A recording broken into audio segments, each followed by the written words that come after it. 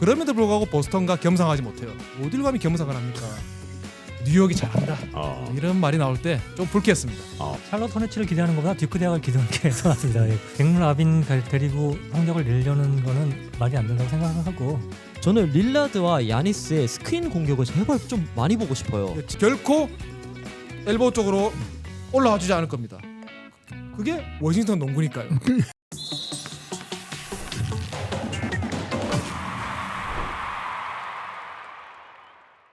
네, 농구 팬 여러분 안녕하십니까? NBA 이야기를 아주 맛있게 구워드리는 느 바비큐 벌써 10번째 시간입니다. 오늘도 세 분과 함께하겠습니다. 우리 연길이 형 어서 오십시오. 안녕하세요. 석환님 모셨고요. 네, 안녕하세요. 그리고 오늘은 뉴페이스 한 분을 소개해드립니다. 염영근 기자, NBA를 국내에서 가장 많이 본다고 소문이 나 있는 우리 염영근 기자께서 오셨습니다. 안녕하십니까? 네, 안녕하세요. 임영근입니다. 예, 가장 많이 보신다는 말이 사실입니까? 와전이 됐고요. 그냥 누구보다 예. 많이 본다. 그 정도로 정리하면 될 것 같습니다. 그리고 오래 봤다. 오래 봤다. 그렇죠. 네. 예. 그나저나 느바비큐가 저희가 사실 이 컨텐츠 시작한 지 얼마 안 됐는데 벌써 구독자가 6,000명이 넘었어요. 와, 이거 엄청난 페이스 아닙니까? 연길이 형. 연길이 형의 공이 큽니다. 6천밖에 안 됐습니까 아직? 아니 시작한 것에 비해서 6,000명이면 빠른 속도로 올라가고 있죠. 100만 가죠 100만. 100만? 연 기자님 동의하십니까? 100만 고비가 좀 있겠지만은 네. 저도 좀 일조하겠습니다. 네. 석환이 형? 100만까지 가야죠. 예. 무조건 가고 일단 제 개인 채널은 조금 빨리 넘었네요. 그래서 좀 살짝 배가 아픈데 열심히 하겠습니다. 예. 어쨌든 뭐 여러분 덕분에 저희가 채널 시작한 지 얼마 안 됐는데 빠르게 구독자 수가 늘어나고 있습니다. 더 많은 구독자들이 함께할 수 있도록 여러분이 많은 관심 성원 부탁드리겠고 좋아요 그리고 알림 설정까지도 함께 더불어 부탁을 드리겠습니다. 자 이제 오늘은 저희가 이야기할 것이 시즌 개막이 거의 다 됐잖아요. 네. 그러다 보니까 여기저기서 다 하는 얘기인데 우리 또 안 할 수도 없고 해서 시즌 프리뷰를 좀 해볼까 해요. 연길이 형 어떠세요? 제가 제일 싫어하는 게 프리뷰 리뷰인데 예. 하라고 해서 억지로 하고 있습니다. 예. 석환이 형? 아, 저는 많이 준비해왔는데 네네. 이게 저희가 30팀이나 되잖아요. 많죠. 이걸 얼마나 디테일하게 얘기할지는 조금 아쉽긴 합니다. 예. 영인공 기자는 뭐 이미 네. 다 머릿속에 다 세팅이 돼서 오셨죠? 개인 광고를 좀 하면요. 예. 또 네이버 프리미엄 컨텐츠 어허. 오늘의 NBA 또 절찬리에 프리뷰를 다 올렸으니까 많은 관심 가져 주세요. 절찬리에. 되게 재밌게 올렸어요. 그래서 우리 석환님 말씀 주신 것처럼 우리가 이야기할 팀이 30개 팀인데 오늘 다 얘기하는 건 아니고요. 네. 컨퍼런스로 이제 양대 컨퍼런스로 나눠서 그래도 15개 팀 얘기하려면 좀 허덕허덕 거릴 수 있겠는데 일단 지구당 한 팀을 선정을 해서 별 5개를 주시면 됩니다. 네. 이해되셨죠? 그리고 지구의 최상위권 3위 이상이 될 것 같아 하는 팀에게는 별 4개. 플레이오프 직행이 가능한 팀에게는 별 3개. 뭐 이렇게 해서 이제 나름 구별을 하시면 돼요. 뭐 3개, 2개는 별로 신경 안 하셔도 될 것 같고 5개 세게 하나 골라주시면 될 것 같습니다. 자, 그래서 좀 시작을 해볼게요. 대신 팀 얘기할 게 많기 때문에 짧게 하고 싶은 이야기는 많으시겠지만 아주 핵심적인 이야기들로 팍팍팍 치고 나가겠습니다. 준비되셨습니까? 좀 숨 찰 수 있어요? 저 오늘은 그냥 염영근에게 네. 묻어간다 그런 느낌으로 왔습니다. 잘 부탁드립니다. 저는 그러니까 급 당황한 표정? 지난주까지 소니님께서 또 나오시지 않습니까? 예. 보결이니까 너무 괴롭히지 마시고. 보결이니까. 네. 보겔이에요? 프랭크 보겔? 아차 참 소닉님 어디 가셨나 궁금해하는 네. 분들이 계실 텐데 이제 직업이 이게 아니고 그렇죠. 원래 직업은 네. 따로 있으시잖아요. 근데 이제 회사 프로젝트도 그렇고 굉장히 좀 바쁜 시기라고 해서 당분간 아마 좀 이제 함께하기는 좀 어려울 것 같고 그래도 저희가 계속 멱살 잡고 보채고 있으니까 나올 것 같아요. 그죠? 머지않은 시간 내에 또 여러분과 함께할 거라고 생각을 합니다. 자 그러면 알파벳 순서로 갈게요. 네? 알파벳 순서로. 그리고 여러분도 뭐 말하는 순서 없어요. 막 치고 들어오시기 바랍니다. 네. 자 가장 먼저 애틀란타 호크스. 애틀란타 경우에는 오프 시즌 때 트레이드가 있었죠. 네. 그래서 지난 시즌까지는 트레이 영 그리고 디존테 모레이가 함께 뭉친 백코트 파워로 어떻게 동부 컨퍼런스에서 좀 잘해보자고 으쌰으쌰 했었는데 결과론적으로 2년 동안의 실험이 다 실패를 했습니다. 그래서 이제 트레이한테 다시 백코트 전권을 맡기고 윙 쪽 그리고 빅 쪽 전력을 많이 보강을 했는데 뚜껑을 열어봐야 할 것 같아요. 지금으로서는 직전 2시즌보다는 낫다. 뭐 그 정도로 정리하면 될 것 같아요. 별이 몇 개? 저는 3개 주겠습니다. 3개. 네. 예, 좋습니다. 아주 짧게 아주 간략하게 정리해 줬고. 자, 석환이 형. 윙 쪽으로 좀 더 얘기를 하자면 이제 헌터 그리고 존슨, 그리고 이번에 1픽인 리샤셰가 3명의 선수에 대해서 얘기를 해볼 수 있는데 제가 봤을 때 리샤셰는 그 벤치에서 일단은 시작을 할 것 같아요. 예. 제일런 존슨은 워낙 뛰어난 선수고 그리고 모던 4번이라고 해도 이렇게 충분히 마땅한 선수라고 생각하는데 헌터를 대신해서 리샤셰가 제가 봤을 때 올스타 후에는 무조건 주전이지 않을까 싶어요. 리샤셰 플레이하는 거 보면 이게 3&D 선수인데 그 수비가 외곽도 정말 좋고 로머로스도 정말 좋고 림 프로텍션도 꽤 하더라고요. 그래서 2024년 드래프트가 좀 흉년이라고 하는데 그래도 1픽은 1픽이다라는 느낌이라고 생각합니다. 그래서 별이 몇 개? 그래도 2개요. 2개. 신통찮구만. 애틀란타. 자, 연길이 형. 저는 별 1개 반. 너무 짠 거 아닌가요? 너무 저는 짠데? 전체적으로 짭니다. 예, 어. 저는 뭐 지구당 별 5개가 아니고요. 컨퍼런스당 하나 별 5개는 하나밖에 없고요. 1개 반을 준 이유는 너무 짜게 준 이유는 잘하면 프레임 간다. 뭐 이거죠 뭐. 그리고 헌터 같은 경우에는 석관 씨도 말씀하셨지만은 아마 벤치로 밀려날 가능성이 높은데 애틀랜타가 미드시즌 트레이드 시장에서 아마 판매를 하지 않을까. 그리고 이 선수가 경기장에 나왔을 때는 확실히 생산력을 가져가 주지만은 일단 부상이 너무 잦아요. 그리고 리사셰라는 확실한 대안이 있고 4번 쪽으로는 우리 또 르네상스맨 제일런 존슨이 워낙 또 잘하고 있으니까 아마 리사셰랑 존슨 중심으로 위행을 가고 헌터는 빠르면은 뭐 내년 2월쯤에 아마 팀을 떠나게 되지 않을까. 그렇게 예상해봐도 좋을 것 같습니다. 네, 뭐 추가로 하실 말씀 있으십니까? 다이슨 데니얼스 선수 개인적으로 정말 좋아요. 그냥 좋아만 하세요. 네. 뭐 얘기하세요. 아니 그니까 거기까지예요. 거기까지? 수비를 너무 잘해서 다니엘서 보는 거 좋아해요. 그게 이제 네. 트레이 형이 이제 메인 보내드렸는데 수비가 워낙 약해요. 다이슨 다네스는 새롭게 트레이드를 해서 왔는데 또 수비 쪽에 워낙 두각을 나타내고 있으니까 서로 좀 이제 보완이 되지 않을까 그런 기대감이 좀 있죠. 네. 어쨌든 애틀란타는 3분 합쳐봐야 별이 6.5개네. 저는 이 팀의 수비가 너무 약하거든요. 그 네. 기록 하나만 딱 얘기하자면은 그 상대에게 2필드골 이게 57.2% 네. 꼴등했어 꼴등. 뭐 이런 걸로 뭐 좋은 성적 내기는 어렵다. 이렇게 정리하겠습니다. 그리고 아마 차기 시즌에도 많은 노력을 했지만은 여전히 구제불능이지 않을까 그렇게 좀 예상됩니다. 우리 영 기자는 3개면 너무 많이 준 거 아니에요? 그러게 왜 제가 제일 먼저 그걸 줬을까요? 세 개면은 뭐 지구 우승 가능한 성적 정도 되는 거 아닌가? 하지만 저는 애틀랜타를 영 또 핫바리로 보진 않습니다.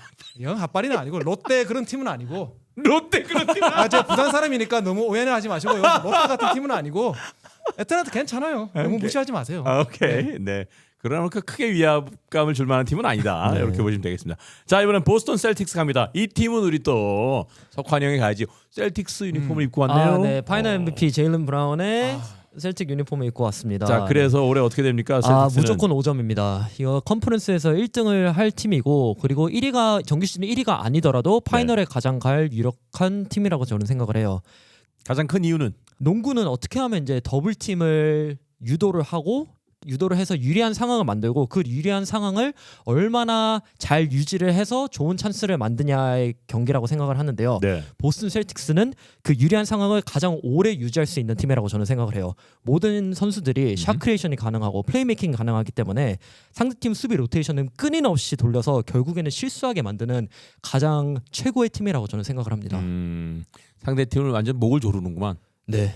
경기하는 거 보면 재미없어 하는 사람들도 되게 많아요. 어떻게 보면 되게 뻔하거든요. 잡고 드라이브 킥아웃, 잡고 드라이브 킥아웃. 그래서 실수 날 때까지 그거를 계속 반복을 하는 그런 패턴들이 되게 많은데 지금 현재로서는 그게 가장 효율적인 농구라고 생각을 합니다. 말하는 동안 표정이 너무 행복해. 자, 연길이 형, 보스턴 어떻게 됩니까? 저도 별 5개 줬는데요. 오. 디펜딩 챔피언이고 뭐 큰 누수도 없고 지난 시즌 메타를 이끌었다고 보거든요. 이 팀이 그 점수 환산으로 하면은 3점 슛이 그 총 점수의 47.2%. 와. 그러니까 가장 메타를 잘 활용한 팀이라고 볼 수 있겠죠. 그러니까 전체 득점의 47.2% 3점을 넣었을 정도니까 3점을 넣는 선수가 한 명이 아니라 진짜 다양하게 많고. 이제 벤처에서는 페이튼 프린차드 같은 경우에는 클러치 3점 슛이 리그 1위예요. 맞아요. 공동 1위인데 같이 1위한 선수가 테이텀입니다. 굉장히 이 팀은 뭐 클러치도 강하고 또 그 옆에 수비도 좋고. 샘 하우저가 있죠. 게다가 뭐 데릭 화이트, 뭐 드루 할러데이 누구 하나가 안 터져도 다 터질 수 있는 팀이기 때문에 여기저기서 터지니까. 무서운 팀이라고 볼 수 있어요. 자, 연 기자. 미러키가 릴라드가 올해는 다르다고 외쳤고 뉴욕이 전력 보강을 많이 했습니다. 필라델피아는 팀을 갈아엎었습니다. 그럼에도 불구하고 보스턴과 겸상하지 못해요. 어딜 감히 겸상을 합니까? 그래서 보스턴이 아마 저도 별 5개를 주고 가장 확실한 거는 이게 연속성이라는 개념이 되게 중요해졌어요 요즘에. 그 선수단이 오랜 기간에 걸쳐가지고 하나의 시스템 안에서 얼마나 단련이 됐느냐 그게 중요한 개념이 됐는데 보스턴은 지난 시즌 선수단에서 13명이 돌아옵니다. 14인 로스터인데 13명이 돌아와요. 그러니까 벤치 끝자락 미니멈 선수만 빠지고 거기 이제 신인만 넣었다는 거죠. 그러니까 지난 시즌 그 강함이 그대로 유지된다는 거고 석관 씨도 말씀하셨고 연결형도 말씀하셨지만은 메타에 딱 맞아요. 올아웃 멀티플 드라이브 오펜스. 그래서 웬만한 팀은 퍼스트 액션이 막히면은 되게 허둥댑니다. 댈러스와 보스턴이 지난 시즌 파이널 차이가 딱 그거였어요. 댈러스는 퍼스트 액션이 막히면은 되게 허둥댔어요. 왜? 윙 쪽에서 다시 한번 세컨드 액션을 못 가져가니까. 하지만 보스턴은 코트 위에 핸들러가 4명에 핸들러가 맞는 프론트 코트 센터가 1명 있습니다. 아로포드. 그렇게 하다 보니까 어떤 공이 막히더라도 1초 2초 내에 다른 길을 찾아내는 거예요. 그 오펜스에서 그렇죠. 디펜스에서는 역시 5명이 다 좋은 사이즈와 다른 매치업을 가져갈 수 있어요. 그래서 매치 헌팅이라든지 그러니까 약점을 찾으려고 하죠. 보스턴은 약점이 거의 없어. 여백도 거의 없고 아마 다른 팀들이랑은 꽤 큰 격차로 이번 시즌 역시 공수균형이 가장 높을 것이다. 그렇게 평가해도 좋을 것 같습니다. 전원 일치 별 5개. 네. 아 한마디로 정리해 주셨네요. 어디 감히 겸상을 해. 저는 좀 현지에서 뉴욕이 잘한다 이런 말이 나올 때 좀 불쾌했습니다. 보스턴 팬이 아님에도 어딜 감히 비빕니까? 어디 감히. 세 분 모두 명실공히 강팀이라고 이견 없이 의견을 제시해 주셨기 때문에 어쨌든 보스턴은 별 6개 5개 말고 6개 합시다. 자 이제 갑니다. 브루클린 넷츠. 자 연기자 먼저. 브루클린은 별이 없습니다. 이게 왜냐하면은 브루클린은 정말 대놓고 우리 탱킹할 거라고 외쳤어요. 이게 얼마나 웃긴 팀이냐면은 원래는 탱킹도 못했어요. 탱킹이라는 것은 차기 시즌 드래프트 권리가 있어야지 탱킹을 하는데 그래서 성적을 낮추고 드래프트 로터리 추첨해서 본인들의 1순위 당첨 확률을 가장 높이는 게 탱킹인데 브루클린은 지명권이 없어요. 그래서 탱킹을 못하니까 오프 시즌 가장 큰 성과가 그 탱킹을 할 수 있는 권리를 찾아온 거예요. 이 말인즉슨 우리는 대놓고 질 거니까 너희는 준비를 해. 와 승리를 줄게. 이런 스탠스를 취하고 있으니까 별점을 줄 수가 없어요. 이래서 내가 브루클린에 줘야 될 별을 보스턴한테 네, 준 그렇죠. 거라니까. 자 석가님. 0점입니다. 별 0개예요.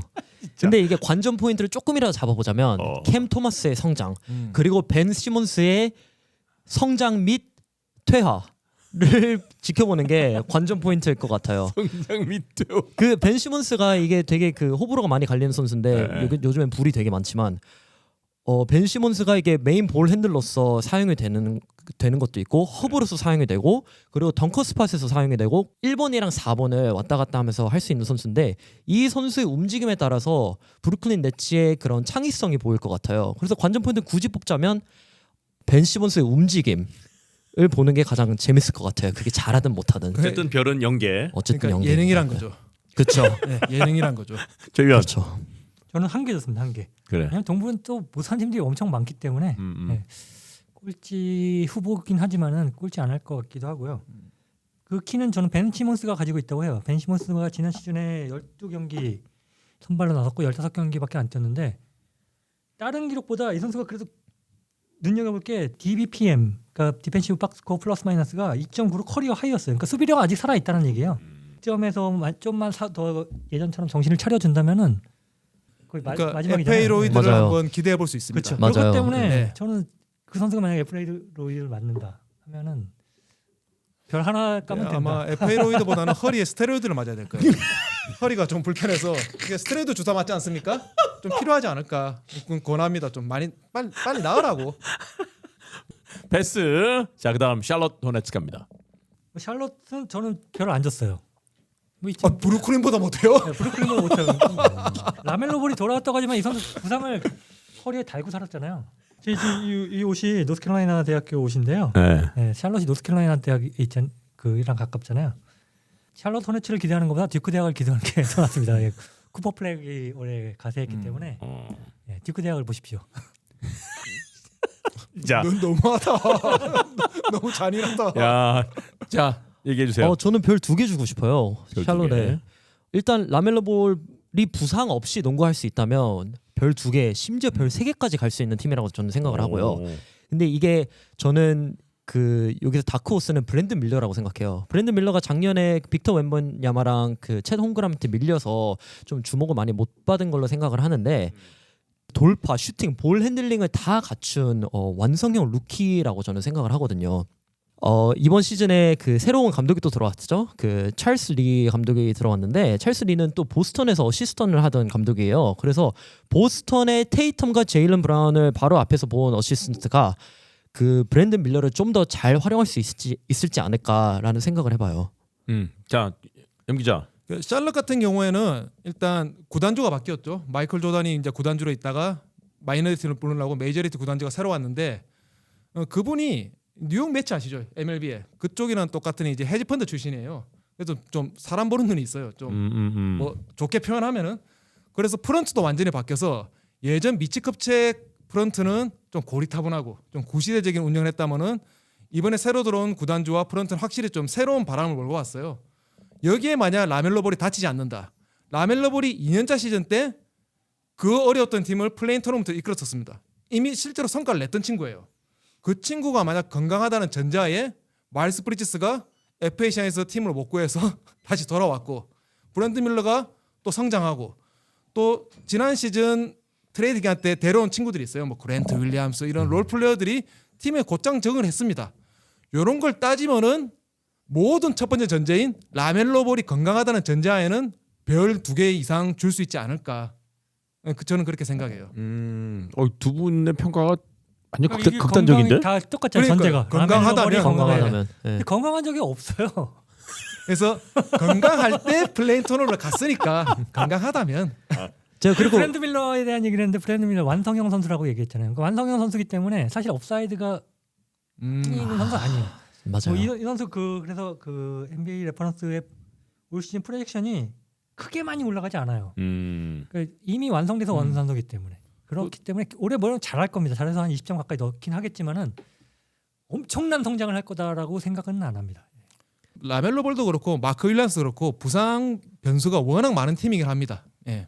근데 샬롯은 제가 봤을 때 그 저희가 이제 계속 메타에 대해서 얘기를 하는데 이 요즘 현대 메타에 잘 따라가고 있는 팀이라고 저는 생각을 해요. 그 라멜로도 그렇고 그리고 브랜드 밀러도 그렇고 그리고 닉 리차스도 그 5아웃 공격을 하더라고요. 그래서 찰스 리 같은 그런 그 현대 농구를 추구하는 감독이 들어와서 그렇게 하고 싶어하는 선수들과 같이 잘 조합이 되면 프리시즌에서 살짝 보여주긴 했는데 그래도 괜찮은 성적을 낼 수 있는 팀이라고 저는 무조건 생각해요. 그렇게.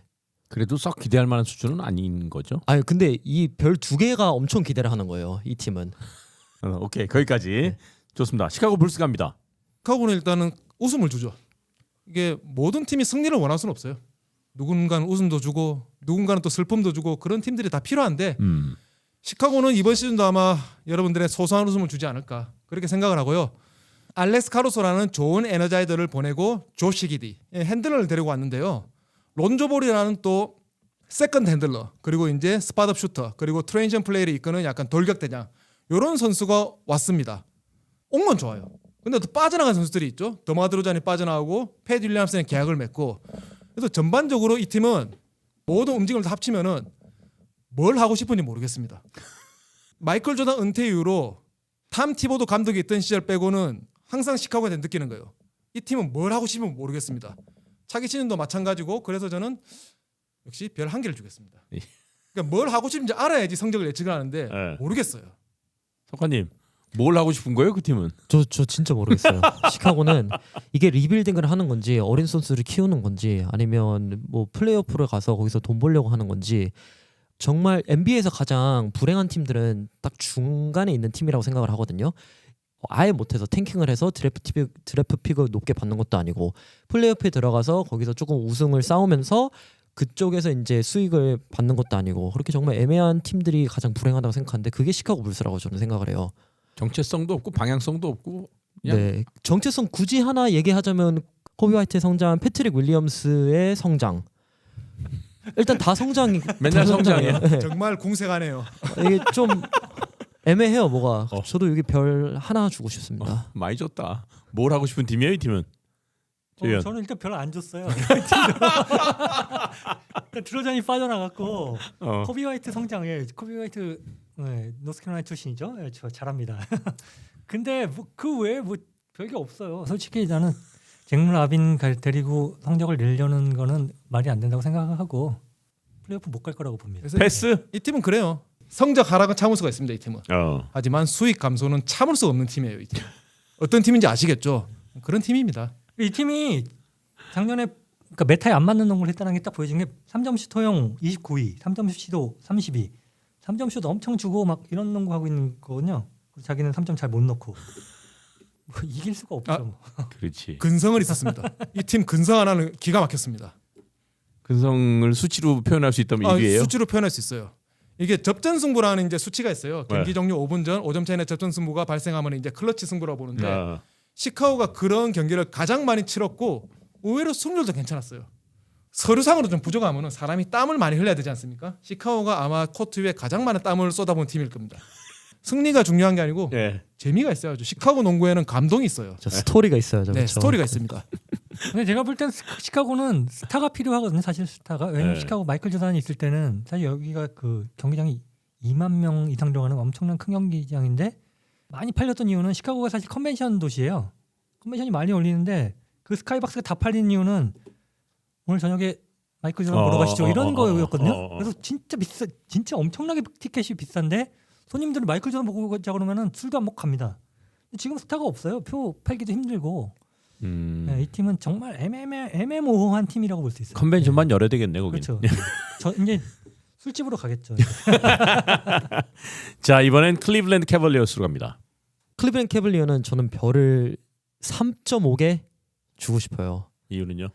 이게 도노반 미첼이랑 이제 데리어스 갈랜드라는 그런 다이내믹한 가드들 있고 그리고 에반 모블리라는 제가 봤을 때 에반 모블리가 그 MIP 받을 것 같거든요. 이번에 프리시즌에 보여줬던 모습은 에반 모블리를 되게 많이 사용하는 모습이었어요. 이게 뭐 커터로 되게 많이 사용하고 에반 모블리한테 패스가 많이 가게 되고 모블리를 통해서 미첼하고 갈랜드한테 파생되는 그런 공격들도 있었고 근데 이게 전부 다 케니 애킨스라는 이제 감독이 들어오게 되면서 그런 스타일의 공격을 하게 되는 것 같은데 작년에 이제 클리블 팬들은 비크 스태프 농구에 대해서 되게 답답한 부분이 많았다고 저는 생각을 해요. 일단 고득점이 아니고 시원시원하지 않고 그리고 다이내믹한 선수들이 그렇게 많은데 그걸 잘 못 사용한다라는 이런 평점이 있었는데 케니 애킨스는 이제 공격 농구는 일단 도사죠. 이 감독이 들어오면서 다재다능한 선수들을 어떻게 풀어줄지가 되게 재밌을 것 같아요. 그리고 지난 시즌에 클리블랜드 보면서 조금 채널 돌렸던 분들은 이번 시즌에는 쭉 끝까지 볼만하다라고 저는 생각을 해요. 지난 시즌도 잘했는데 이번 시즌 더 잘할 것 같아요. 자 좋습니다. 연기련. 저는 별 4개 줬어요. 오 후원 편인데? 이 팀 사실 멤버 구성은 상당히 좋은데 부상이 조금 아쉽죠. 지난 그 플레이오프에서도 제로 알렌이 안 다쳤으면 어떻게 될지 몰랐을 것 같고 앨런하고 모블리 이 트윈터 수비력도 상당히 좋고 가드진의 공격력도 좋고 잘만 이렇게 조화를 시키면은 높이 올라갈 수 있는 팀이라고 저는 생각을 합니다. 좋습니다. 자 염기자. 저도 별점은 두 분이나 비슷하고요. 일단 케니 애킨슨이 브루클린 시절 때 그 없는 살림에 플레이오프로 팀을 이끌었고 또 지난 몇 년간은 골든 스테이트에서 오펜스 코디네이터로서 여러 가지 다양한 모습을 보여줬죠.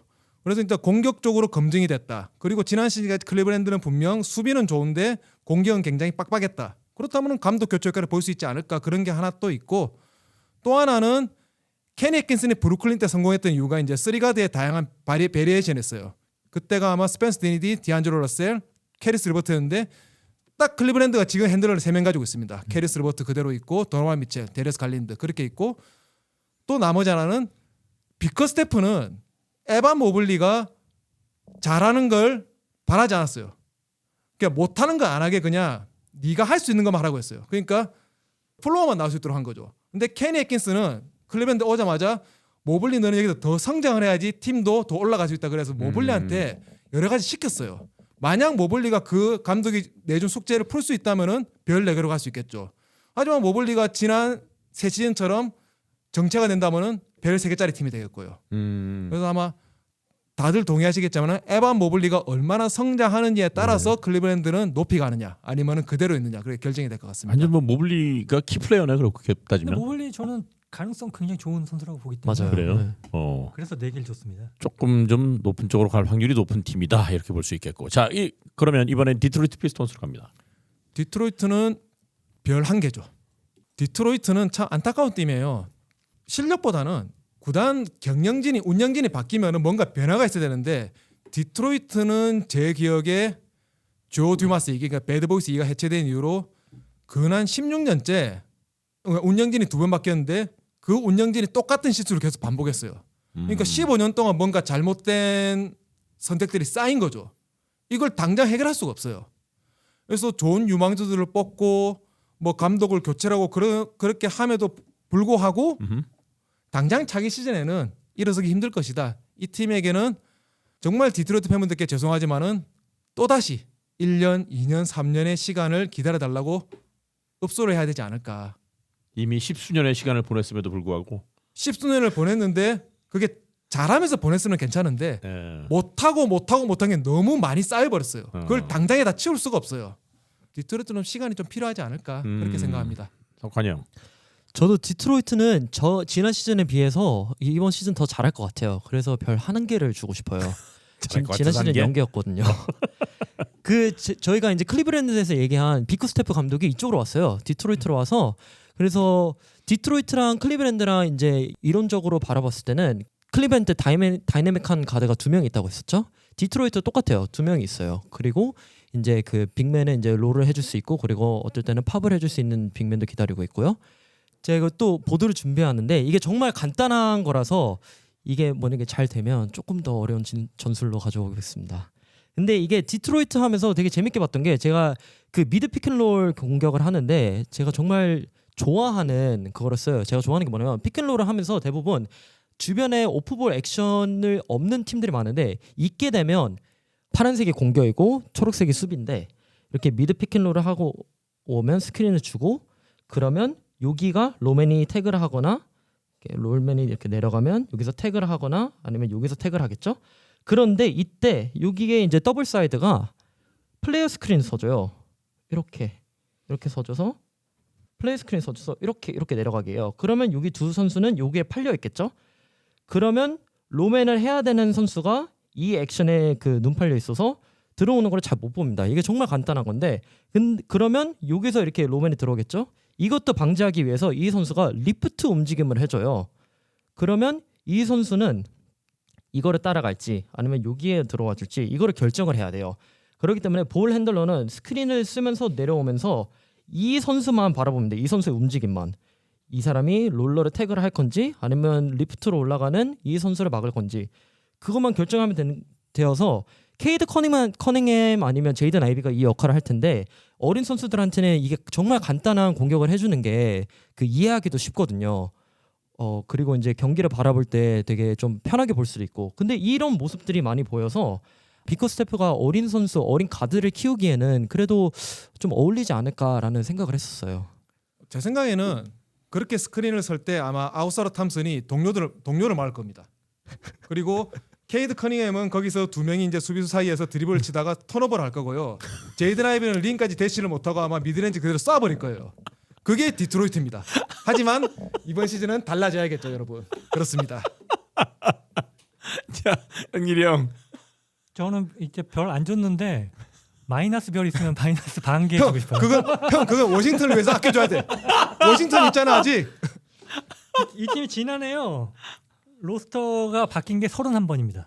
82경기 중에 31경기를 바꿨고요. 로스터 선발 라인업에 든 선수가 31명, 라인업이 바뀐 게 36번. 제대로 뭐 된 선수들이 없네. 없었던 거지 뭐. 그러니까 팀 어떻게 꾸려야 되는지도 확정을 못한 팀이었던 거죠. 그러니까 리그 최악의 팀이었고 올해도 뭐 크게 달라진 게 없어요. 루키로 뽑아둔 론 홀랜드도 지금 시범 경기에서 죽 쓰고 있고요. 뭐 기대되는 게 없습니다. 팀명을 바꾸자. 디트로이트 우왕좌왕으로 그냥. 자, 여기는 뭐 별로 논할 게 없죠. 뭐 좀 더 기다려줘야죠. 네. 굉장히 호의적으로 말씀해 주죠. 좀 더 기다려줘야죠. 괄호 열고 꽝이다. 자, 이번엔 인디애나 페이서스로 갑니다. 영기 형 먼저 할까요? 전 별 4개 줬습니다. 별 4개. 오호. 네, 이 팀 지난 시즌에 그 인시즌 토너먼트에서 준우승도 했었고 난 전형적으로 스몰 마켓에서 팀을 운영하려면 어떻게 되냐는 걸 잘 보여주는 팀이 인디애나라고 보는데 참 선수들 잘 데리고 오고 좀 망가진 팀 같은 선수 데리고 와서도 잘 키워내고 이런 팀이거든요.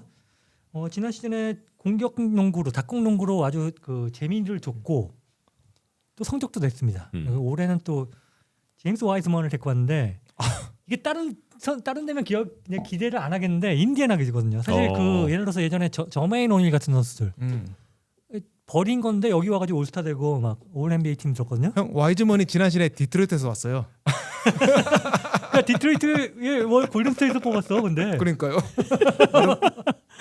그러니까 인디애나라서 한번 기대를 하고 있거든요. 그러니까 뭐 기본적으로 할리버튼이라는 아주 좋은 코어가 있고 뭐 어린 선수들도 상당히 좋고 닭공 농구기 때문에 와이즈먼 잘 달리는 빅맨이라서 기대를 한번 해보겠습니다. 게임 보는 재미가 있겠네. 예. 그죠? 야. 재밌죠. 네네. 석환이 형. 인디애나는 볼 재미가 있죠. 저는 별 3개 주고 싶어요. 근데 분명히 4개까지 올라갈 수 있는 팀이라고 생각을 해요. 타이리스 할리버튼인데 그 팀의 플로어 제너럴, 팀의 엔진, 그리고 지난 시즌 리그 2위 공격을 이끈 24살이에요. 이게 정말 어린데 이번에 또 올림픽에 나갔었잖아요. 올림픽에서 많이 뛰지는 못했지만 올림픽에서 그 NBA 슈퍼스타들을 바라보면서 같이 훈련을 하면서 많은 거를 배웠을 거라고 생각을 하고 지난 시즌 그 후반기에 조금 그 스탯으로는 좀 부실한 모습을 보여줬는데 이번 시즌에는 그 아무리 부실하더라도 그게 승리로 이끌 수 있는 그런 할리버튼으로 이제 성장을 할 것 같아요. 네. 좋습니다. 자, 그러면 영공 기자. 저도 4개에 가깝다 보고요. 예. 그러니까 석관 씨가 방금 오펜시브 레이팅 2등이라고 했는데요. 그게 역대 2위였어요. 근데 그게 반 2등이야. 반 1등이자 역대 1등은 보스턴이었고요. 그 정도로 공격이 잘 됐는데 지난 시즌 후반기 때 파스칼 시아칼 영입하고 디펜시브 레이팅과 실점 억제력도 리그 평균 수준까지 올라왔어요. 이 팀이 공격은 역대에서 두 손가락을 꼽힐 정도 잘하는데 수비도 평균 수준을 한다? 그러면 밸런스가 잡힌 거잖아요. 그래서 플레이오프 때도 컨퍼런스 파이널까지 갔고요. 그 전력이 다 돌아옵니다. 앤드류 네마드랑 재계약을 했고 또 파스칼 시아칼은 재계약을 했고 오비 토핀도 잡았습니다. 그러니까 인디애나는 큰 누수 없이 지난 시즌에 그 상승세를 이어갈 만한 환경이 조성되었으니까 뭐 와이즈먼의 성장하면 더 좋고요. 마일스 터너를 뭐 시즌 중에 잡을 수 있다면 더 좋겠죠. 인디애나는 큰 변수 없이 상위권에서 계속 놀 것 같다. 그렇게 예상을 합니다. 명실공히 한 4개 정도는 줄 수 있는 볼만한 팀이다. 재미있는 팀이다. 이렇게 정리해 주셨고. 자, 그럼 계속해서 마이애미 히트로 갑니다. 마이애미 히트 저요? 근데 뭐 알아서 하세요. 3개? 이유는요? 플레이오프는 무조건 갈 수 있는 전력이라고 보고요. 일단은 지미 버틀러라는 클러치에 강한 선수가 있고 또 뱀 아데바요라는 좋은 빅맨이 있기 때문에 이 두 선수만 가지고도 충분히 갈 수 있는데 감독은 또 에릭 스포엘스트라. 현재 제가 인정하는 NBA 최고의 명장이기 때문에 이 팀은 무조건 플레이오프는 간다. 이렇게 생각을 합니다. 석환이 형? 저는 별 3개 주고 싶어요. 마이애미 히트는 관전 포인트가 뱀 아데바요라고 생각해요. 이번에 그 올림픽과 프리시즌을 볼 때 3점을 되게 자신 있게 쏘더라고요. 아데바요가 개수도 올라가고 그리고 성공률도 올라가게 되면 마이애미가 참 무서운 팀이 될 수 있구나라는 생각을 한 게 지미 버틀러도 그렇고 테리 로지어도 그렇고 돌파를 되게 좋아하는 선수들이에요. 그리고 거기에 이제 슈터랑 뭐 샤크레이터라는 타일러 히어로가 붙으면 그러면 위협적인 마이애미가 될 것 같아요. 그리고 밤 아데바요는 골밑 수비도 좋지만 외곽 수비도 정말 뛰어난 빅맨이거든요. 가장 외곽 수비를 가장 잘하는 빅맨이라고 저는 생각을 하거든요. 그래서 스폴스트라 밑에서 있는 3점을 장착한 아데바요르는 마이애미를 거의 우승팀 느낌으로 이끌 수 있다라고 저는 생각을 해요. 기자? 이 팀은 별 4개를 주면 별 2개를 산출하고요. 그렇습니다. 별 2개를 줄 때는 4개를 산출하는 그런 팀이에요. 그러니까 별 3개 줘야지. 그러니까 근데 또 별 3개를 주자니 좀 아까워? 뭐가 좀 그래요. 이게 부상 변수도 워낙 많고 기본적으로 트렌드에 많이 떨어진 팀입니다. 이 팀은 남들은 저 멀리 달려오고 있는데 본인은 늦어요. 트렌드를 받은 게 늦어요. 그 늦은 거를 스펄스트라 감독 그리고 뭐 다른 분들 다 이런저런 선수를 말씀하셨지만 아데바요 그 2명의 존재감과 능력으로 메꾸는 거거든요. 아데바요랑 스펄스트라가 그렇게 해준다고 한들 나머지 선수들은 또 한 살을 한 샷을 먹고 사실 로저와 히로가 좋은 점만 말하면 좋은 점 말할 수 있는데 사실 나쁜 점을 말하면 1.5배는 더 말할 수가 있거든요. 맞아요. 근데 이 두 선수한테 백코트 핸들링 조립을 다 맡겨버렸어요. 지난 몇 년간은 맥스 스트루스, 게이블 빈센트, 덩컨 로빈스 이렇게 계속 이제 언드래프트들을 스카우팅 팀에서 데려와서 육성을 했었는데 그런 이제 연줄도 헤이우드 하이스미스 이후로는 없어요. 또 발굴하면 좋겠지만은 만약 발굴하지 못한다면은 이 메타에 뒤진 팀이 감독과 올스타 빅맨의 그런 존재감 하나만으로 지미 버틀러는 플레이오프에서 일하는 친구니까요. 정규 시즌이 아니고 더 이상 버틸 수 있겠는가? 저는 그래서 별 2개 가깝다 봐요. 근데 예. 메타에 안 맞지만은 이 팀이 그 페이스가 지금 29였어요 지난 시즌. 네. 지역 방어를 진짜 많이 쓰잖아요. 네. 한 20% 이상, 25% 이상 쓰는 맞아요. 팀이니까. 그러니까 당연히 페이스가 늦은 건데 이 지역 방어 때문에 또 플레이오프에는 변수가 되는 거예요. 그죠? 맞아요. 지난 시즌에 플레이오프 필라델피아랑 할 때 뭐 그때 JJ 레딕이 해설하는데 자기도 무슨 지역 방어인지 모르겠다고 얘기할 정도로 복잡하게 또 변형을 해왔더라고요. 그 플레이오프 되면 또 모르는 거예요. 그래서 어떤 수비 들고 나올지 모르겠고. 플레이오프를 가면 이제 업그레이드 되는 거죠. 그렇죠. 그러니까 네. 이 팀은 별 3개지만은 플레이오프 되면 4개가 될 수 있는 팀이고 5개가 될 수 있는 팀. 맞아요. 도깨비 네. 팀이네. 도깨비. 맞아요. 도깨비 감독이 팀이네. 최고의 명장이니까. 맞아요. 어떻게 감독을 해야지 그 우승을 할 수 있는지 아는 감독이기 때문에 그런 경험이 있기 때문에 플레이오프 가면 진짜 모르는 팀이에요. 그러니까 정규 시즌의 마이애미와 플레이오프의 마이애미는 좀 다른 팀이 될 그렇죠. 확률이 네. 높다. 보스턴이 잡힌 적 있잖아. 그래서 아, 플레이오프 때. 그 공격은 못해요. 그렇게 공격에 뛰어난 보스턴 셀틱스가 마이애미 지역 방어 상대로 슛이 안 들어가고 아무것도 안 풀렸어요. 그래서 차라리 맨마킹을 하면 좋겠다라는 생각을 계속 했었어요. 보스턴 얘기만 하면 확 감정이입이 돼가지고 지금 지금 갑자기 우울해졌어. 어쨌든 마이애미도 여기도 보는 재미가 좀 있겠네요. 여기도 그렇죠. 자 이게 이번에 클래식한 농구 좋아하는 사람들은 특히 지역 방어 관심 있는 사람들 보면 정말 재밌죠. 그러니까, 그 KBL 감독님들도 그 마이애미 지역 방어 얘기를 되게 많이 했거든요. 지도자들이 보면 네. 굉장히 공부가 되는 맞아요. 팀이 될 수도 네. 있겠다. 플레이오프를 가야 돼요. 플레이오프를 가야 됩니다. 정규 시즌은 정말 재미가 없습니다. 정규 시즌도 잘 해야 플레이오프를 가지. 이 팀이 되게 신기해요. 그러니까 8번 시드 업셋을 NBA 역사상 6번 나왔는데 그 중에 하나 또 마이애미예요. 의외성이 되게 많은 팀이죠. 말 그대로 도깨비. 도깨비네 도깨비 네. 진짜. 오케이. 자 그다음 미러키 벅스 갑시다. 미러키는 그래도 별 4개를 줘야겠죠. 릴라드가 지난 시즌에는 개인사도 있고 또 팀을 이적하고 해서 좀 적응에 어려움을 겪었어요. 그 적응에 어려움을 겪었음에도 오펜스에서는 본인 몫을 해줬거든요. 근데 옆을 보니까 수비가 안 돼요. 본인도 안 되는데 에드리언 그리핀 전 감독의 시스템 자체도 릴라드 부류의 선수가 수비를 잘하기 힘든 구조였어요. 근데 이번 시즌은 그나마 나은 동료들이 많이 들어왔습니다. 그리고 크리스 미들턴이라는 윙 쪽의 에이스가 지난 시즌보다는 무릎이랑 발목이 덜 아프지 않을까라는 좀 기대치가 있고요. 지난 시즌 워낙 많이 아팠으니까. 그리고 쿤보가 아직까지 건재하다는 가정하에는 마이너스보다는 플러스가 더 크니까 별 4개 좀 줄 수 있지 않을까 그렇게 생각합니다. 좋습니다. 저도 별 4개라고 생각을 하고요. 그리고 그 수비 얘기 나오니까 조금 더 얘기하고 싶은데 당 리버스가 수비로 알려지는 감독은 아니지만 프리시즌 때 다양한 수비 모습을 보여줬던 게 되게 인상 깊었어요. 이게 그 피스턴과 디트로이트가 경기를 했을 때 커닝햄이 그 1쿼터 때 사이드 깊게 들어가니까 반대편 위크 사이드 코너였던 그 게리 트렌트 주니어가 와서 더블팀을 하더라고요. 그거 보고 이거 좀 이번 시즌에 수비는 조금 다르구나. 예전에 봤던 그 에이드리언 그리핀 수비 그리고 닥 리버스가 들어오고 나서 그때 봤던 수비랑 또 다른 모습을 오프시즌에 준비를 했구나라는 거를 그런 느낌을 받았고요. 그리고 제가 이 팀에 되게 원하는 게 하나가 있다면 저는 릴라드와 야니스의 스크린 공격을 제발 좀 많이 보고 싶어요. 지난 시즌 기대치보다 훨씬 덜했죠. 네. 이번 프리시즌에도 4번, 5번밖에 없는 걸로 알고 있는데 이게 릴라드는 이론상 NBA에서 그 피크앤롤 볼 핸들러로서 역할을 가장 잘해주는 가드 중에 하나고 그리고 야니스는 롤맨으로서 가장 역할을 잘해주는 선수들 중에 하나인데 그 2명이 하는 게 아니라 릴라드는 꼭 브룩 로페즈를 부르고 릴라드는 꼭 포티스를 부르고 야니스는 많이 안 부르더라고요. 그래서 그 2명의 조합을 좀 많이 보고 싶어요. 근데 프리시즌에 별로 안 보였다며요. 네, 그러니까 정규 시즌에 좀 많이 봤으면 좋겠어요. 큰 기대하지 마세요. 기대하고 싶어요. 결국 야니스가 근데 점퍼를 어느 정도 정상 궤도에 진입하기 전에는 릴라드가 좀 부르기 부담스러울 거예요. 포티스나 로페즈를 불러주면은 얘네들이 파업을 하든 아니면은 좀 더 이제 엘보로 좀 빠져가지고 점퍼를 던져주든 뭔가 다른 액션을 취해주는데 쿤보는 할 수 있는 게 로페즈나 포티스보다는 적잖아요 선택지가. 그래서 아마 릴라드가 좀 그런 게 좀 부담스럽지 않을까, 좀 불편하지 않을까. 제가 생각하기에는 슛이 없는 거는 당연하지만 그래서 그 슛에 옵션이 없는 거는 당연하지만 그 야니스가 그 하이포스트에서 숄로를 하면서 공을 잡아서 돌파를 하면서 뿌려줄 수 파생되는 공격은 그 옵션으로 훨씬 더 많다고 생각을 하거든요. 그리고 그 덩치에 그 힘에 그 스피드를 가진 선수가 얼마나 있습니까? 저 NBA에.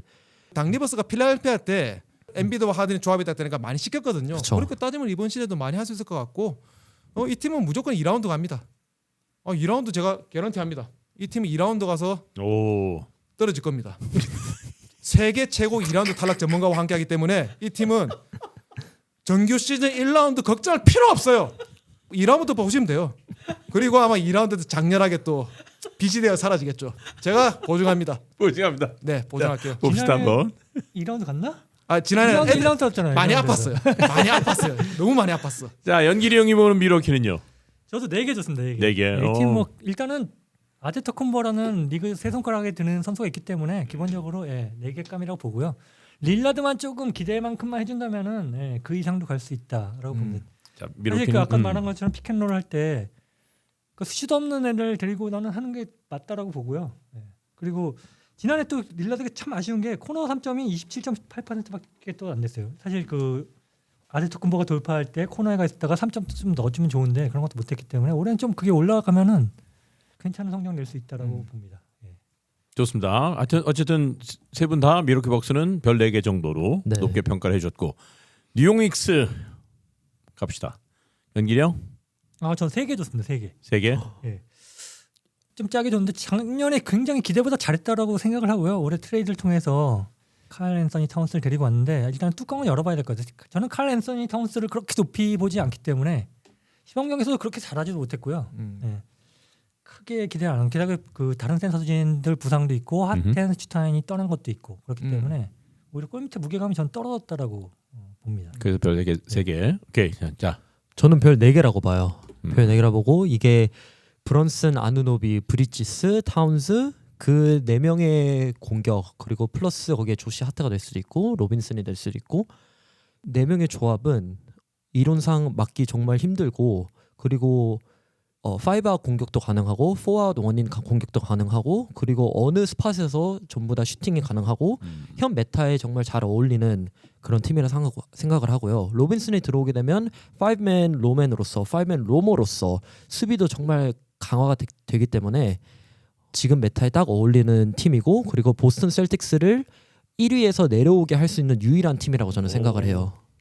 좋습니다. 자, 염 기자. 저는 별 4개를 주고요. 저도 일단 랜들이랑 타운스를 좀 비교를 해봐야겠죠. 가장 많이 바뀐 변화니까. 랜드는 오펜스의 한 축을 담당할 수 있는 선수예요. 본인이 이제 백다운을 하든 페이스업을 하든 코너에서 가든 엘보를 하든 동료를 부르든 안 부르든 본인이 혼자서 뭘 하든 일단 오펜스를 만들 수 있는 빅맨이었어요. 그게 정규 시즌에는 통하는데 플레이오프에서 안 통해서 문제였고 플레이오프에서는 상향 평준화된 수비가 만나니까 타운스는 좀 더 오펜스를 부드럽게 풀어나가죠. 딱 끊김없이. 본인이 이제 하프코트에서 넘어와서 가속을 실어가지고 바로 트레인저 3점을 던지든 아니면 림 쪽으로 과감하게 대시를 하든 랜드는 거기서 한번 버퍼닝이 걸리거든요. 일단 본인이 주인공이 돼야 돼요. 카메라 한번 보고 오케이 이렇게 해주고 딱 볼을 먹여주는데 타운스는 눈 깜빡깜빡하고 탁 치고 들어가는 그런 게 있거든요. 그래서 제 생각에는 정규 시즌에서는 그리고 플레이오프에서도 랜들보다는 타운스가 괜찮을 것 같다. 하지만은 우리 또 티보드 시스템의 고질적인 약점 굴리다 보면 퍼지는데 뉴욕이 지난 시즌 너무 많이 굴렸습니다. 특정 선수를. 브런스는 결국 어디가 부러져서 나갔죠. 얼른 나가야 되는데 나 쉬고 싶은데 이게 사지가 멀쩡하니까 감독이 교체를 안 시켜줘요. 그러니까 아이고 손목이 부러졌어요. 그러니까 교체를 시켜주는 거야. 하트도 나가고 싶은데 안 나가죠. 그러면 어떻게 나가겠습니까? 파울 6개 하는 거야. 그러면 이제 너는 이제 뛸 수가 없구나 나가야 하는 거예요. 그러니까 티보드의 농구는 항상 끝이 그랬어요. 그게 내년이 될지 내후년이 될지 모르겠는데 어쨌든 저는 그게 좀 더 길게 봤으면 좋겠습니다. 요즘같이 페이스가 빠른데 교체 안 해주면은 필라델피아 5차전 때 53분 뛰었거든요. 연장전까지 한 번도 안 쉬고 조시 하튼 다 뛰었어. 그래서 뉴욕은 느립니다. 그래서 이래가지고 플레이오프 성적 못 내거든요. 내년까지는 괜찮지 않을까. 내후년은 모르겠는데 내년까지는 괜찮지 않을까. 그래서 4개를 줬습니다. 이 세 분들 얘기 들어보니까 지금까지 얘기한 팀이 이렇게 쓱 대충 눈에 보이는 듯한 그런 느낌이에요. 자, 뉴욕 닉스 더 하고 싶은 얘기 있으십니까? 브리지스가 이 선수의 장점이 3&D 뭐 이런 걸로 원래 드래프트 받았고 근데 지금 약간 슈팅이 약간 버퍼링이 걸려서 던지더라고요. 히치가 좀 예, 있어요. 예. 예. 그래서 그 역할을 해줄 수 있을까 의심이 되던데. 고쳐지겠죠? 아니, 고쳐져야 돼요. 닉스 올라가려면 희망사항만을 얘기하고 고쳐져야 있어. 돼요. 그래서 석관 씨는 이제 기대가 그거죠.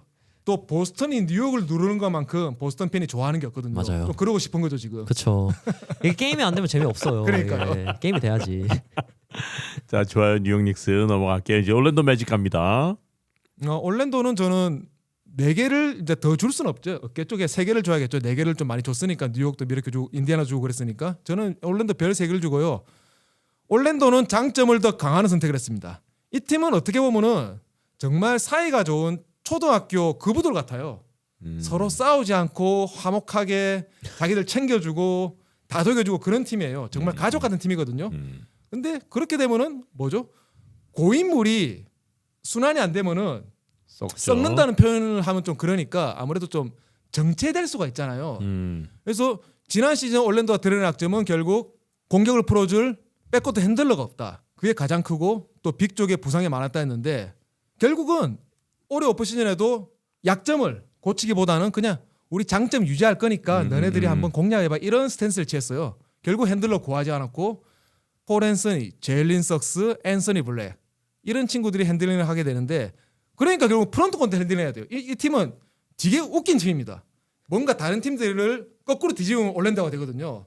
프런트에서 공격이 다 풀려요. 패턴을 하든 파울로 벤케로가 아이솔 공간을 만들어가지고 거기서 페이싱을 하든 그래비티를 하든 이게 되게 웃긴 팀인데 이런 팀이 더 올라가려면 결국 마지막 방점을 찍고 챌린지를 해야 되는데 올랜도는 그렇게 하지 않았어요. 그냥 장점 유지만 선택했습니다. 그래서 저는 별 4개보다는 별 3개 가깝지 않나 저는 그렇게 생각해요.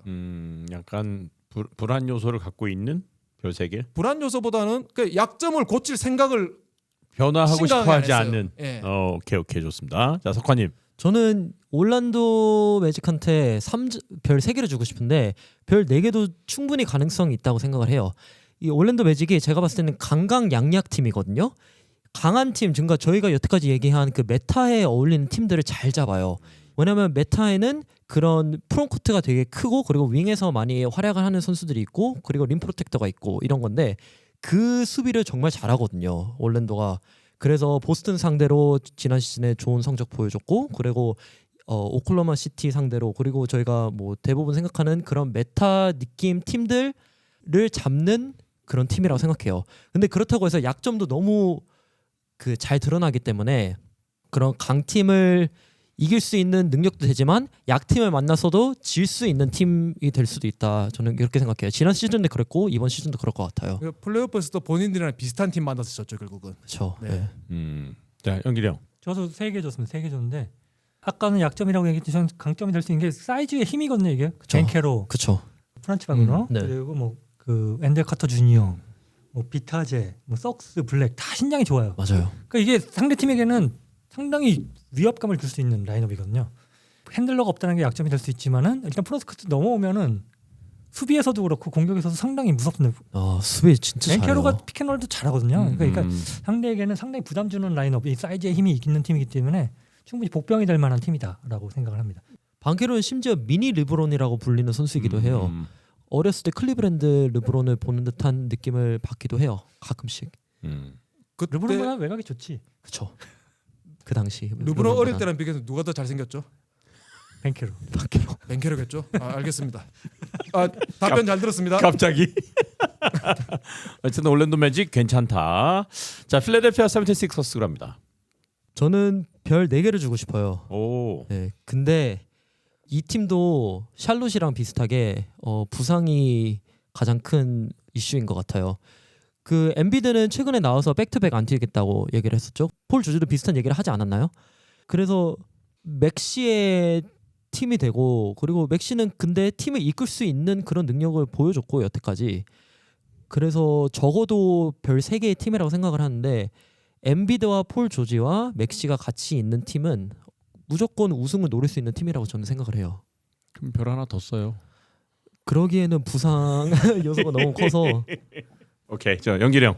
저 3개 줬습니다. 3개 세 개. 줬는데 뭐 이 팀 뭐 멤버 구성은 흠잡을 데 없죠. 근데 역시 아까 말한 것처럼 부상 같은 지구내 강팀들이 많다라는 것도 단점이고요. 보스턴이나 뉴욕도 스텝업했고 이 팀도 스텝업했지만 다른 팀들도 여전히 강하기 때문에 그 팀들과 많이 붙으면서 좀 깨지고 이렇게 될 확률이 높죠. 그리고 플레이오프에서 이 팀이 크게 올라갈 거다라고 보진 않고 그래서 저는 우승 후보는 아니다라고 생각을 합니다. 저도 4개를 주겠지만은 뭐 3개를 줘도 무방하다 할 정도로 부상 변수가 너무 큽니다 이 팀. 그리고 저는 늘 그렇게 생각했어요. 폴 조지는 늘 과대평가 받아왔고, 그러니까 좋은 선수지만은 이 선수가 프랜차이즈를 챔피언십으로 이끌 선수는 결코 아님에도 불구하고 그런 대접을 받아왔어요. 그렇다면은 폴 조지가 그런 선수가 아니고 가장 유력한 조력자로 왔다고 하면은 기존 원투펀치 엠비드와 맥시가 해줘야 되는데 맥시는 플레이 스타일상 플레이오프에서 최고점을 찍을 수는 또 없어요. 맥시는. 그렇다면 나머지 한 명이 누굽니까? 엠비드 아니겠습니까? 엠비드는 심장이 작아요. 이 친구는 좀 심장이 커야 되는데 심장이 작아요. 그 불안 요소가 갑자기 엠비드가 나 무릎도 다 나왔고 심장도 커졌으니까 올해 플레이오프는 제대로 해볼게. 그렇게 된다면은 별 4개를 줄 수 있겠죠. 근데 그렇게 될까요? 네가 한 8년 뛰었는데 아직까지 안 됐는데 될지 모르겠습니다 저는. 어쨌든 세 분 모두 부상 변수를 뒀네요. 필라델피아는. 오케이 네. 좋습니다. 자 그럼 토론토 랩터스로 갑니다.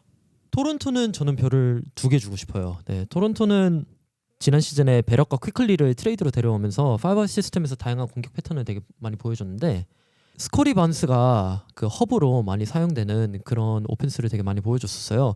그리고 이번 프리시즌 경기만 봐도 거의 모든 공격들이 스코티 반스를 통해서 그게 돼요. 그게 이제 스코티 반스가 볼 핸들러든 아니면 그 탑 오브 더 키에서 뿌려주고 핸드오프를 해주는 그 역할이든 아니면 스크리너든. 그래서 스코티 반스가 얼마나 잘하냐에 따라서 이 팀의 그 성적이 날 것 같은데 그렇다고 해서 플레이오프를 이끌 수 있는 만큼의 성장은 아닐 거라고 저는 생각을 하고 옆에 있는 선수들이 어떻게 반스를 도와주는 거에 따라서 이 시즌이 갈릴 것 같습니다. 엄 기자 토론토는요? 저는 이제 석관 씨 분석에 좀 지적하고 싶은 게 있어요. 네. 키클리나 베럿은 반즈를 위해서 뭔가 해줘야겠다 그렇게까지 희생 정신을 발휘하지 않을 겁니다. 그렇죠. 자기 주장이 강한 팀이죠. 그렇죠. 베럿은 자기가 애쓴 줄 알걸? 아마 그렇게 생각하고 있을 거예요. 어린 베럿은. 팀이니까 그렇죠. 듀크 출신인데. 그럼요. 랭킹 1위였는데 랭킹 1위였는데.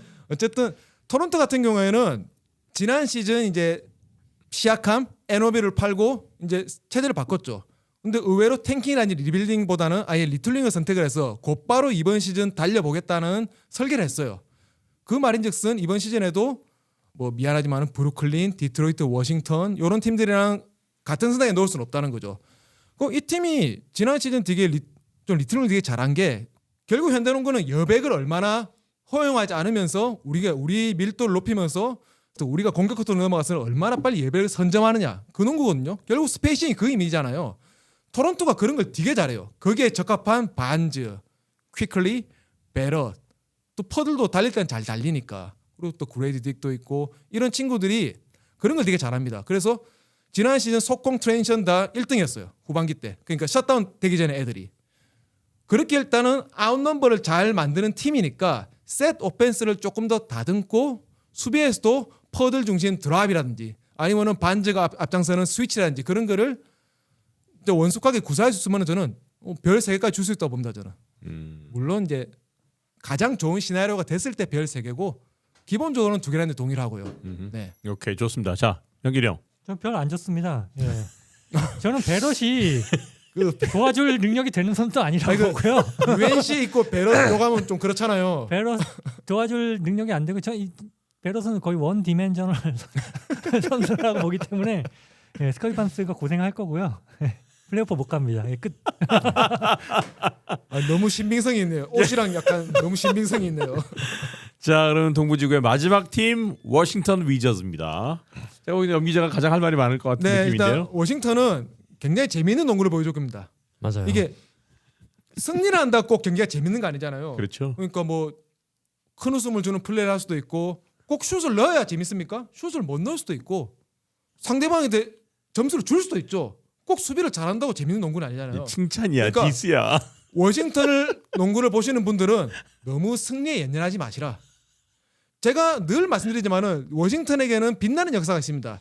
존 제벨 맥기, 조던 크로포드, 니경, 안드레 블라체가 한 코트에 있었던 적이 있었어요. 그게 2010년일 겁니다 아마.